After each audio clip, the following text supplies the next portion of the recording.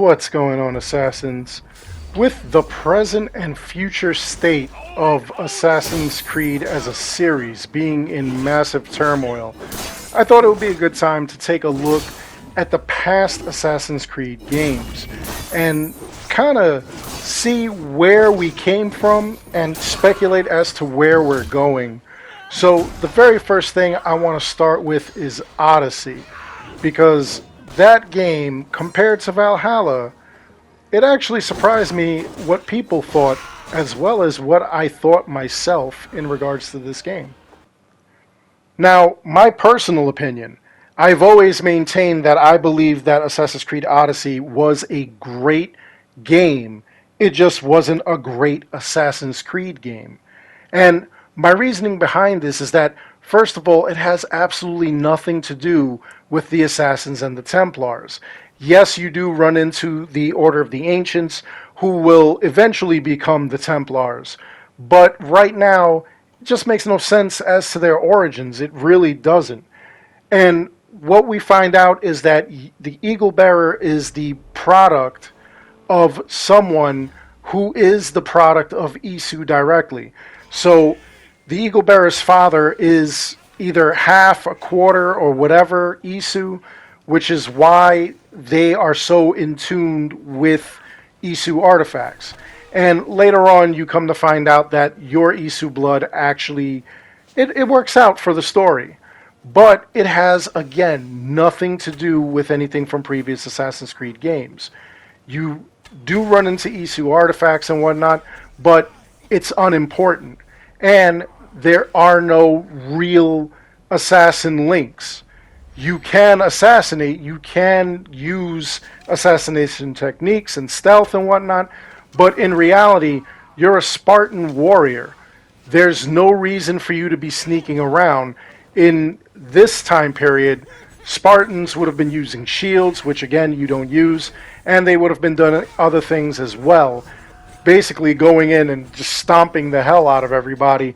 They didn't hide in the shadows. They didn't shoot arrows from afar. And that's kind of where this game misses its mark. It really doesn't have anything to do with stealth. You're not an assassin. You don't become an assassin. You actually become a bearer for a weapon that you're going to give to somebody in the future. And that kind of makes no sense, but it is what it is. Other than that, there is no story to go with what's going on in Assassin's Creed Odyssey. When you run into Isu artifacts or anything like that, there's no real way of knowing how or why you even bother running into them and what their grand purpose is. It's kind of weird, and that's what they went with. So a lot of people were upset about that. They were also, again, upset there was no hidden blade. There was speculation that the Spear of Leonidas eventually becomes the hidden blade. That never happened. And as we find out later on, obviously, Assassin's Creed Origins is really the origin of the game. This takes place way further back, before the Assassins. It's kind of like a one-off story. It should have been its own IP, honestly. Again, it's fun to play. It's a lot of crazy things going on, but it has nothing to do with Assassins. Again, doesn't mean it's a bad game, though. I actually enjoyed this. One of the things that I enjoyed was the weapons and the armor. You could change up everything. You could add new engravings to your armor to make yourself stronger. And if you went with the epic gear, which is supposed to be the tier below legendary, you actually work things out better. You can make builds where you can do heavy damage without the need for all that legendary armor. You have extra slots. One of the things that I really was taken aback by, though, also was the ability tree. While it did have a lot of great opportunities and great powers, great skills, I really wanted to be able to use my ability points to continuously gain ability points and make myself a powerhouse. I have 2,385 extra ability points and nowhere to use them. I've put rank 20 in each and every item, and of course I have all abilities. Another thing that people didn't like, they kind of enjoyed that the map was huge, there was plenty to do, but this game was a grind fest. you really had to grind out a lot of quests, do new game pluses and whatnot, just so that you could reach the max level of 99 and be able to kind of go into the ability points and become even stronger that way. But even the size of the game was actually pretty phenomenal. It's one of the starts to why the map sizes are going bigger and bigger. Valhalla is way bigger than this one, and Origins was a little bit smaller than this one. It really didn't have the oomph that this has. But then again, in Origins, your highest level was 55, and you didn't have to do anything. Or, like extra. You didn't have to really, really grind this out. It was kind of crazy. So overall, the gameplay, the controls and whatnot, I really did enjoy in this game. I really did enjoy the way that you were able to upgrade your gear to your level, the way that you were able to go in and make certain builds. I mean, there really is no need for you to make builds that, do 10,000 pounds of damage or 10,000 points of damage. It really made no sense, but it was a lot of fun because it can be done, because it's a challenge. So that's why a lot of us had put together a lot of builds. I did a bunch of builds only with legendary gear, only because I wanted you guys to have a blueprint to using whatever builds you wanted to do. And trust me, there are tons of builds. There's an endless or near endless smorgasbord of builds that you can perform in this game. So there is some fun to be had there, obviously. I really can't say anything bad about this game other than the grind. The grind really turned a lot of people off. Uh, Using all those ability points, I would have loved to have seen a skill tree kind of like Origins had, where you could just dump points infinitely into the 3 masteries and you could become stronger. Eventually, you could one-shot a war elephant barehanded just by punching it, and it would go down depending on how many points you put in. So I was looking for an experience like that. Another thing that people complained about, obviously, like I mentioned before, shields. You're a Spartan warrior. You're not really an assassin. This game should have starred an assassin. Why did it star a Spartan warrior? A lot of people were kind of turned off by that. A lot of people obviously don't even like the direction that Ubisoft is taking with this game. They don't want the RPG elements. They actually wanted the old school style like you saw in the Ezio trilogy. Now, to those of you who say that you don't like the RPG elements and everything like that, what I have to say is that the game had to evolve. It really did. In order for it to be fresh, in order for it to really attract other types of players and whatnot, to keep the series going, it had to adapt. Every game adapts.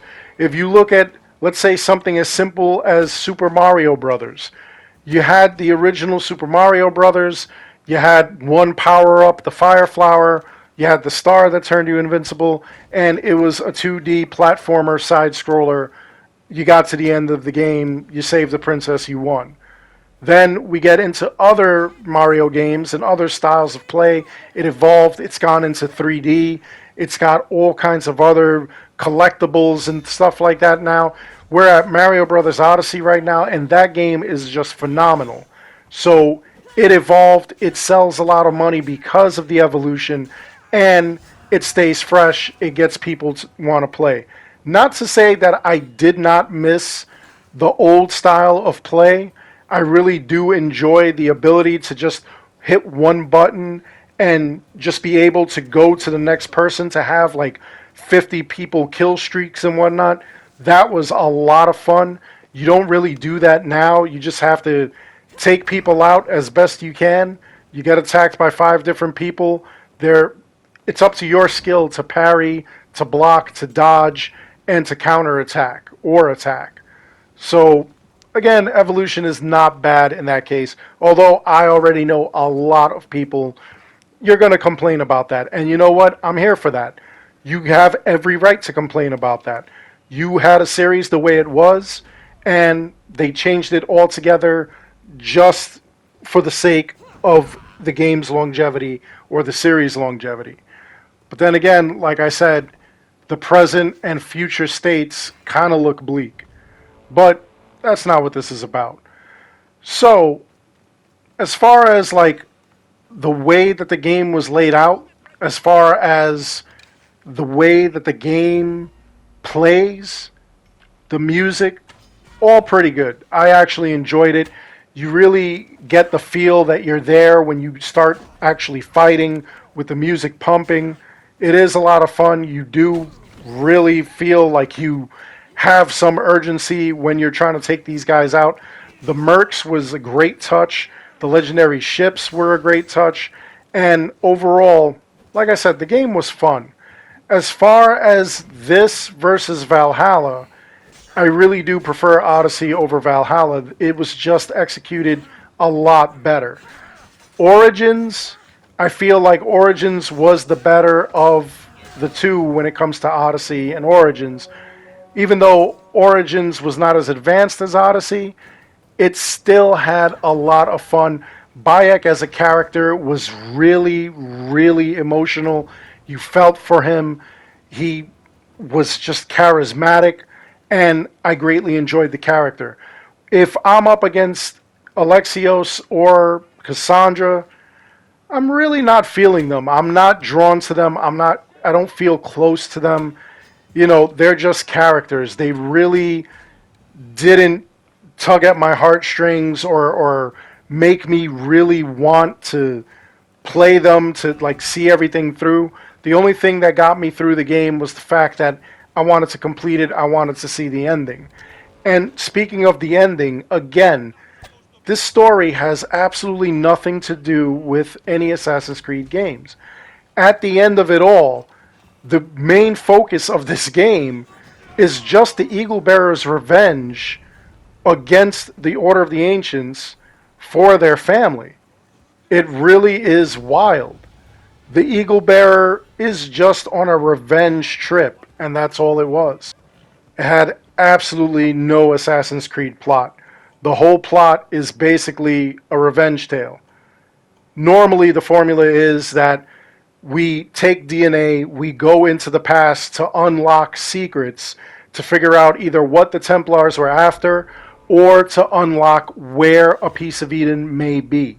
In this scenario, you just went back in time just for no reason, honestly. You really didn't go there to do anything. It's not established until the end of the game that you're searching for Atlantis. So that tells me that the writing for this was not really well thought out. It really wasn't. They just made the game first, and then they put the story second. And that's kind of problematic. The story probably could have been way better if they had planned ahead. Not to say that the story is bad, but again, as I've said earlier in the video, it should have been its own IP. It shouldn't have been part of the Assassin's Creed family, part of the series. It should have been something else completely, and I would have been okay with that. Phoenix Immortals Rising is basically this game, but with cutesy characters and a lot more power-ups. So that is the game that this should have been. Although I'm glad that we have Immortals Phoenix Rising. That is a lot of fun. I don't know how they would have done that with this kind of capabilities or these graphics. Either way, I don't know. Overall, Odyssey is, again, a great game. It's much better than Valhalla. I actually had ranked this lower on my top 10 list. It actually wasn't even in the top 10. And every time I say that, people are like, yeah, there were only like 10 games in the series. No, there were a bunch of like side games. There were a bunch of like PS Vita games, and those I'm counting as well because those are actually amazing. Not counting the side scrollers either. The 2D side scrollers that we got, the Chronicles. Those were good in their own right, but they really weren't Assassin's Creed games. Anyway, let me know in the comments below, what do you think? Do you think that this game was better than Valhalla? Valhalla's better. How do you feel about this being an Assassin's Creed game or Valhalla? I'd love to hear from you. Other than that, I really do hope you enjoyed the video. Please, by all means, like and subscribe. It helps this channel out an awful lot. As always, I want to thank each and every one of you for watching. Until next time, take care, be good, stay safe, take care of each other. I'll see you guys all in the next one. Yar yee!